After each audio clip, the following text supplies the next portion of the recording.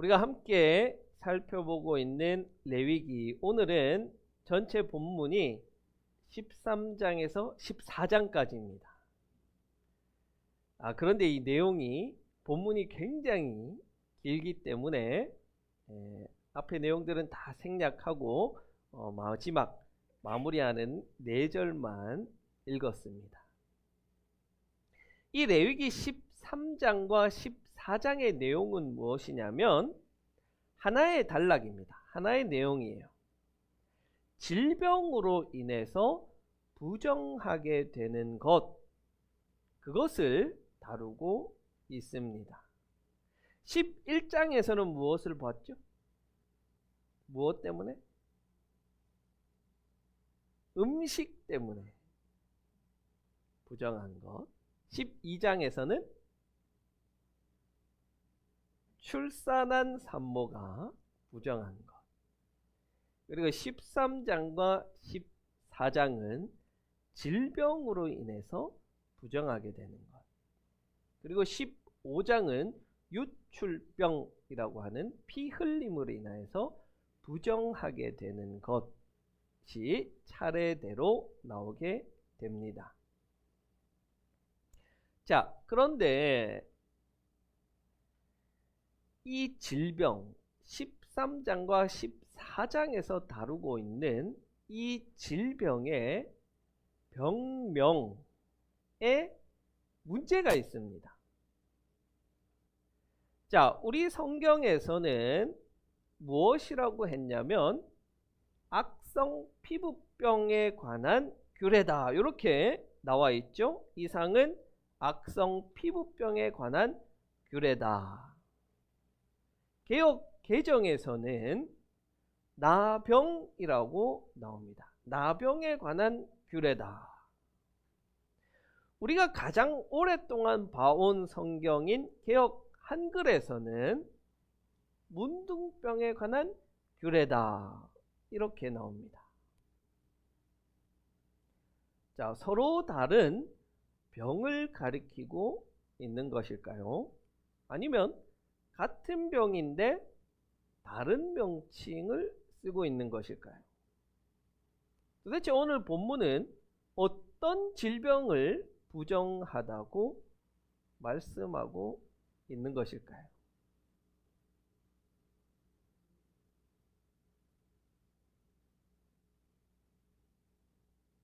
자, 먼저 문둥병과 나병은 같은 병입니다.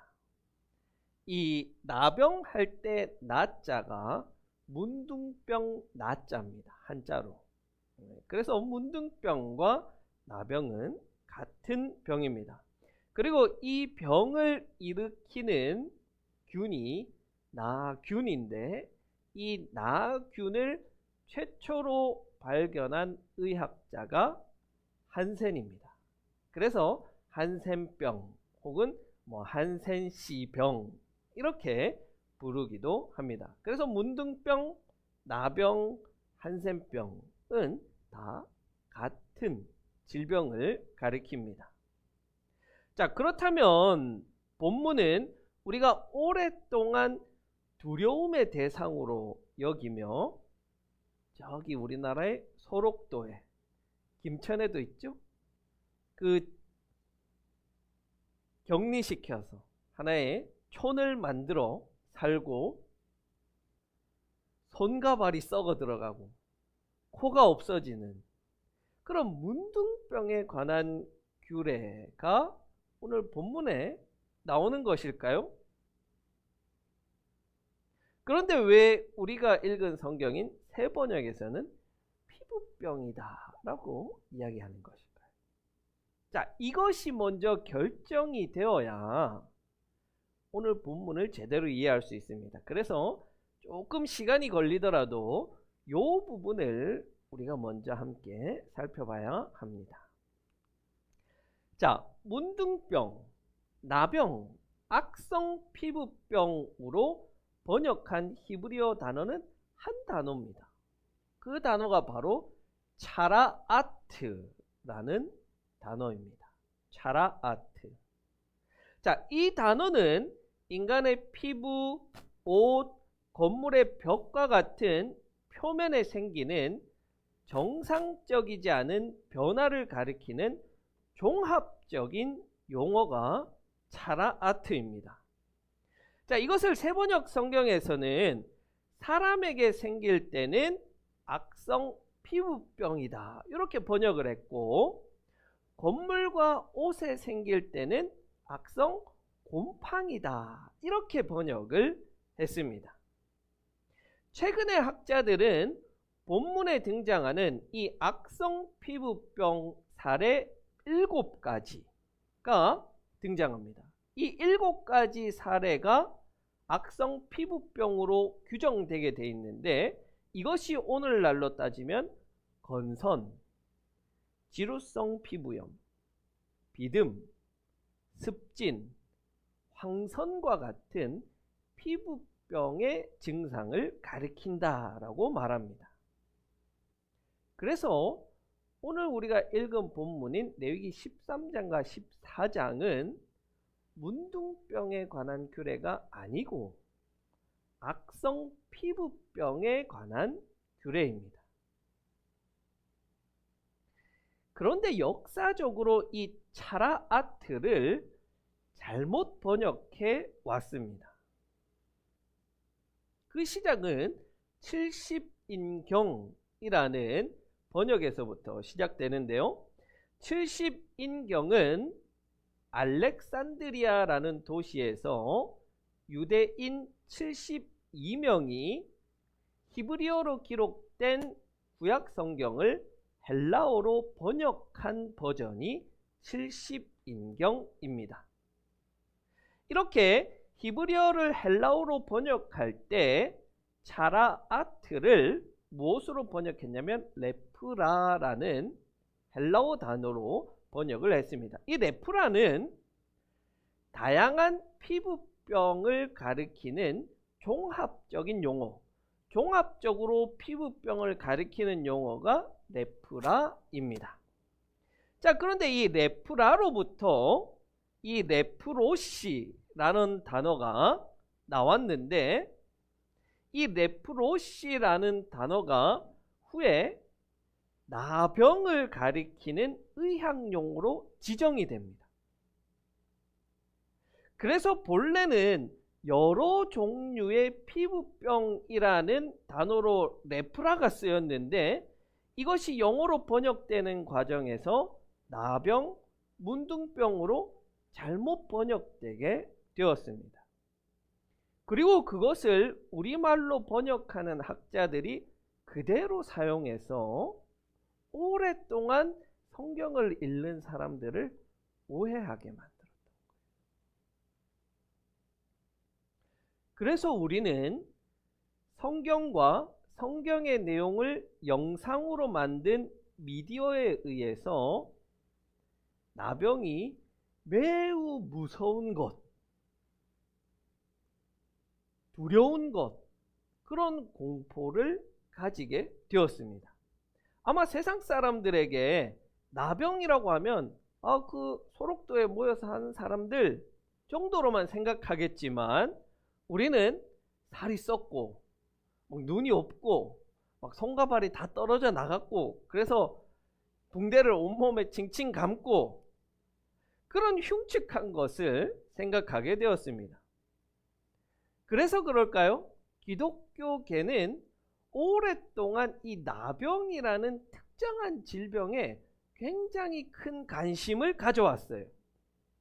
그래서 그들을 위해서 헌신하는 것이 굉장히 고귀한 일, 이웃 사랑을 적극적으로 실천하는 일처럼 인식하게 되었던 거죠. 그래서 나병 환자 요양소가 있는 소록도에 가톨릭의 교황이 방문하기도 했습니다. 그러나 예수님께서 고쳐주신 문둥병자는 실제로는 피부병 환자다. 그리고 오늘 본문에서 말하고 있는 부정하다라고 선언받는 이들도 피부병 환자들이다. 우리가 읽는 이 성경을 꼼꼼하게 읽지 못하고 우리가 잘 알지 못하다 보니까 지금까지 심각하게 오해해 왔습니다. 그래서요, 번역은 반역이다, 이런 말이 있어요. 번역은 반역이다. 제가 여러분에게 누누이 강조드리는 것, 성경을 그래서 원어로 읽어야 된다. 원어로 읽으면 이런 오해가 없다. 원어로 읽을 수 있는 고상한 그리스도인들이 되시면 좋겠습니다. 자, 이처럼 이 13장과 14장은 단순한 피부병이 아니라 악성 피부병에 걸렸을 때 부정하게 되고 그것이 나았을 때 어떻게 정결하게 되는지에 관한 규례입니다. 내용적으로는 네 부분으로 구분해 볼 수가 있습니다. 가장 먼저 부정하다고 판단되는 악성 피부병의 7가지 사례가 나오고, 그 다음에는 악성 곰팡이가 퍼진 옷에 관한 규례가 나오고, 그 다음에는 악성 피부병에서 회복된 자가 어떻게 정결 예식을 하는지가 나오고, 마지막에는 집 안에 퍼진 곰팡이에 관한 규례가 나옵니다. 이런 것입니다. 어떤 사람에게 피부병이 생겼습니다. 그런데 자세하게 보니까 이게 일반적인 피부병이 아니라 좀 심각해 보이고 좀 이상해 보여요. 그러면 제사장에게 가서 이것이 악성 피부병인지 아닌지를 판단받아야 합니다. 하나님은 7가지 사례가 악성 피부병에 해당한다 라고 규정을 주십니다. 제사장이 악성 피부병인지 아닌지 판단하는 기준은 크게 3가지입니다. 하나는 종기가 생겼는가, 또 하나는 딱지가 생겼는가, 또 하나는 얼룩이 생겼는가.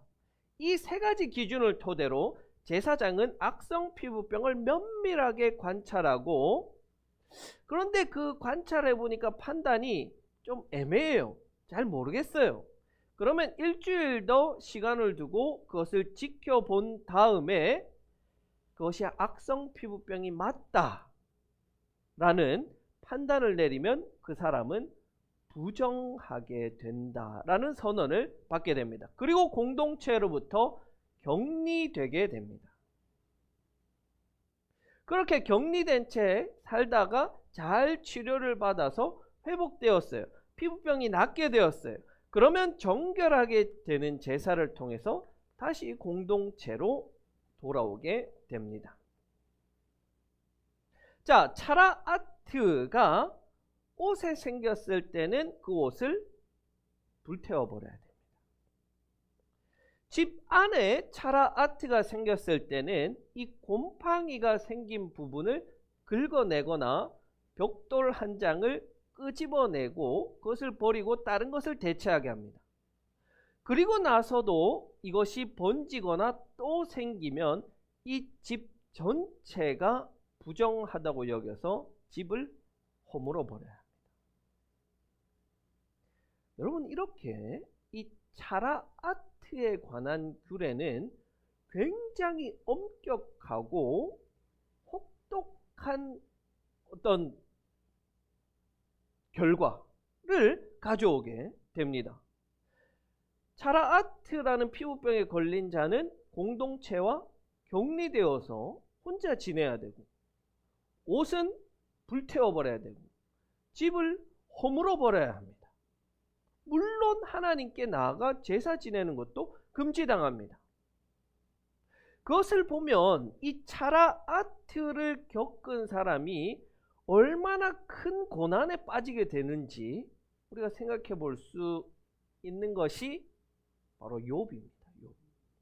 욥이 바로 이 차라 아트에 걸렸습니다. 욥기 2장 7절에 보면 욥에게 악성 종기가 납니다. 그래서 욥이 이게 너무 가려워서 기와장 위에 가서 기아로 그것을 끓는 장면이 나오죠. 바로 이것이 레위기 13장 18절에 나오는 악성 피부병으로 진단받는 사례 가운데 하나인 종기. 그래서 욥은 단순히 종기가 생긴 게 아니라 부정한 사람이 된 거예요. 더불어서 욥의 집안 전체가 몰락합니다. 불태워져 버린 것과 마찬가지죠. 그러나 욥이 겪는 고난은 더 큰 어려움이라는 것은 자녀가 죽었기 때문이 아니고 재산을 다 날려버렸기 때문이 아닙니다. 욥이 겪는 고난은 함께 울어주던 친구들이 태도를 돌변해서 도리어 욥을 향해서 손가락질하고 비난했던 것이 욥을 힘들게 했습니다. 욥은 의인입니다. 이런 많은 외적 고난이 올 때에도 어떻게 고백합니까? 주신 이도 하나님이시오 거두신 이도 하나님이시니 하나님이 찬양을 받으실 것이라 라고 고백을 했던 이가 욥입니다. 그런데 친구들이 비난하고 손가락질할 때 욥은 자기의 생일을 저주하고 하나님께 원망합니다. 그게 욥을 힘들게 했던 거예요. 그게 욥을 고난으로 몰아갔던 거예요. 욥을 비참하게 만들었던 거예요. 뭐라고? 죄 때문이라고. 네가 이렇게 된 것은 죄 때문이라고. 네 자녀들이 죽은 것은 네 죄 때문이라고. 당신이 망한 것은 11조를 안 해서 그렇다고. 당신이 성공하지 못한 것은 기도하지 않아서라고. 하나님께 충실하지 않아서라고. 그런데 하나님은요, 오늘 본문을 통해서 우리에게 명확히 선언하십니다. 그것은 죄의 결과가 아니다. 너의 잘못이 아니다. 자신이 의도치 않게 생긴 이 질병 때문에 고통받는 이들이 더 손가락질 당하고 비난당하지 않도록 그것이 하나의 질병에 불과하고 부정하게 된 것에 불과하고 죄의 결과가 아니다라고 하나님은 선언하시는 겁니다. 그런데 다만 우리는 구약 성경을 보니까 미리암이 모세를 비방하다가 하나님으로부터 이 악성 피부병에 걸렸고 게하시나 우시아와 같은 이들이 하나님께 범죄한 결과 이 악성 피부병에 걸렸다는 사실을 보면서 계속해서 우리는 이것과 이 피부병과 죄를 연관시키려는 경향이 우리에게는 있습니다. 그러나 여러분, 범죄의 결과로 피부병에 걸리는 것과 피부병에 걸린 사람이 죄의 결과라고 판단하는 것은 별개의 문제입니다. 이건 전혀 다른 문제예요. 그런 특정한 질병에 걸린 모든 사람이 하나님께 징벌을 받는다는 것을 의미하지 않습니다. 어떤 사람이 견딜 수 없는 고난을 겪는다고 그것이 죄의 결과가 아니라는 말이에요. 예수님도 피부병 환자들을 고치셨어요. 신약의 나병도 마찬가지로 피부병입니다. 그런데 예수님은 어떤 이들을 고칠 때 네가 나았다가 아니라 죄사함을 선포하실 때가 있습니다. 그러나 결코 나병 환자, 바로 이 피부병 환자에게는 죄사함을 선포하지 아니하십니다. 회개를 촉구하지도 아니하세요. 그 병은 단지 내가 원치 않는 질병, 그 이상도 그 이하도 아니라는 말이에요. 하나님은 왜 이런 규례를 주셨을까? 피부병이라는 것은요, 모든 병 가운데 겉으로 드러나서 타인에게 보이는 질병이 피부병입니다. 거의 대부분의 병이라는 것은 우리 신체 안에서 일어나기 때문에 어떤 병이 있는지 진행되는지 다른 사람은 잘 알지 못합니다. 그러나 피부병은 바깥에서 진행되어서 쉽게 타인의 눈에 띄게 됩니다. 그렇게 될 때 욥의 친구들처럼 그것이 죄의 결과라고 그 사람을 정죄하고 비난하고 공동체로부터 격리시키는 사회적인 폭력을, 사적인 제재를 가하는 것을 하나님은 금지시키고 있는 거예요. 그 어떠한 경우에라도 병에 걸린 것으로 손가락질 받는 것을 금지하고 있습니다. 그래서 악성 피부병에 걸린 자라고 할지라도 그 판단을 아무나 할 수 없고 잘 훈련받은 제사장에게 엄격한 규례를 따라서 판단하고 그로 인하여서 그 사람과 공동체를 보호하는 조치를 취하게 한 것입니다. 무작정 정죄해서는 안 된다는 거예요. 그런데 안타깝게도 우리 그리스도인들에게 이런 이중적인 태도가 있다는 겁니다. 우리는 하나님과 세상 앞에 구별된 자들, 구분하기 위해서 노력하는 존재들입니다. 그리고 우리는 세상과 다르게 살기 위해서 열심히 노력합니다. 그렇게 노력하는 자들은 노력하지 않는 자, 쉽게 넘어지는 자, 쉽게 죄를 짓는 자, 세상적으로 보았을 때 고난과 어려움을 겪는 자들을 쉽게 정죄하고 쉽게 판단하고 쉽게 손가락질하고 쉽게 우리 공동체에서 배제시켜 격리하려고 합니다. 지금까지 제가 여러 교회를 사역하면서 마음이 안타까웠던 것은 공동체가 하나 된 공동체, 교회 공동체를 보지를 못했어요.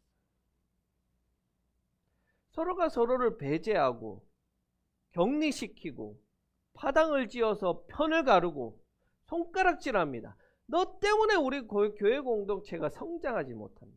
너 때문에 우리 교회가 이렇게 되었다고. 너 때문에 우리가 더러워졌다라고 손가락질하고 분노를 표출할 대상을 찾아내곤 했습니다. 물론 우리가 더는 어떤 질병에 걸렸다고 해서 그 사람을 너 죄 때문이야 이렇게 쉽게 이야기하지는 않습니다. 그러나 여전히 우리 안에 뿌리 깊게 남아있는 것은 그런 어떤 고난과 죄를 연결시키려는 태도입니다. 공동체 가운데 어려움을 당하는 이들을 돕는 대신에 그게 죄의 결과라고, 그것이 네가 합당하게 받는 벌이라고 그렇게 생각하고는 네가 그 벌을 받아, 나하고는 상관없어 라고 치부해버립니다. 그것이 옳지 않다는 말이에요. 그것을 금지하라는 말이에요. 대신에 그럴 일을 겪는 당사자는 그저 좌절하고 낙심하고 울고만 있을 것이 아니라 그것을 하나의 기회로 삼아서 하나님께 더 가까이 나아가고 기도하고 매달리는 시간으로 만들어가야 할 것이고, 그 주변에 있는 자들은 그런 어려움을 겪는 일을 정죄하고 손가락질하는 대신에 함께 기도하고 함께 울어주고 함께 아파하는 모습이 있어야 한다는 거예요. 무분별한 정죄와 공동체에서 배제를 하나님은 엄격히 금지시키는 것입니다. 도리어 예수님은 그들을 배제하고 격리시키기보다는 그들의 삶 속으로 들어가셨습니다. 부정한 자들의 삶 속으로 들어가셨어요. 그것을 볼 때 하나님께서 이 규례를 주신 것은 원치 않는 어려움을 겪는 이들을 공동체에서 배제시키는 게 목적이 아니라 이들이 잘 회복되어서 공동체로 돌아와 함께 사는 세상을 만들고자 하셨던 거예요. 결국 하나님은 서로를 배제시키는 것이 아니라 하나 되도록 우리를 부르십니다. 가요 한 구절이 생각나는데요. 제가 이것 가지고 어저께 열심히 연습을 했는데, 보다 많은 실패와 고뇌의 시간이 비켜갈 수 없다는 걸 우린 깨달았네. 이제 그 해답이 사랑이라면 나는 이 세상 모든 것들을 사랑하겠네. 여러분, 우리가 살아가는 동안 실패와 좌절, 질병과 고난을 비켜갈 수 없다는 것을 우리는 깨닫습니다. 그렇다면 우리에게 남은 해답은 사랑밖에 없습니다. 무분별한 정죄와 차별, 혐오와 배제를 내버리고